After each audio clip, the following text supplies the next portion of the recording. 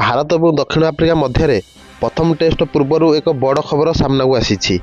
ଭାରତର China man bowler Kuldeep Yadav November ଶେଷ ସୁଦ୍ଧା ଭାରତୀୟ ଦଳରୁ ତାଙ୍କୁ ମୁକ୍ତ କରିବାକୁ ଭାରତୀୟ କ୍ରିକେଟ ନିୟନ୍ତ୍ରଣ ବୋର୍ଡ ବିସିସିଆଇକୁ ଅନୁରୋଧ କରିଛନ୍ତି।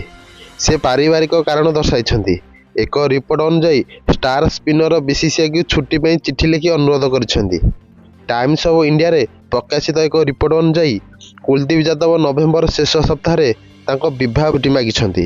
ତଥାପି ଦଳ ପରିଚାଳନା ଏପର୍ଯ୍ୟନ୍ତ କୁଲଦୀପଙ୍କ ଅନୁରୋଧ ଉପରେ ଚୂଡ଼ାନ୍ତ ନିଷ୍ପତ୍ତି ନେଇନାହିଁ ଏବଂ ଥିଙ୍କ ଟ୍ୟାଙ୍କ କେବେ ଏବଂ କିପରି ଦଳକୁ ତାଙ୍କର ଆବଶ୍ୟକତା ପଡ଼ିବ ତାହା ମୂଲ୍ୟାଙ୍କନ କରିବା ପରେ ହିଁ ତାଙ୍କୁ ଛୁଟି ଦିଆଯିବ।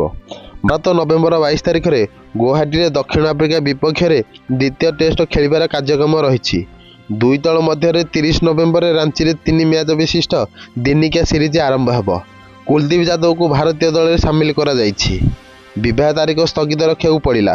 ଏହା ଉଲ୍ଲେଖନୀୟ ଯେ କୁଲଦୀପ ଯାଦବଙ୍କୁ ଏହି ବର୍ଷ ଆରମ୍ଭରେ ତାଙ୍କ ବିବାହ ବାତିଲ କରିବାକୁ ପଡ଼ିଥିଲା।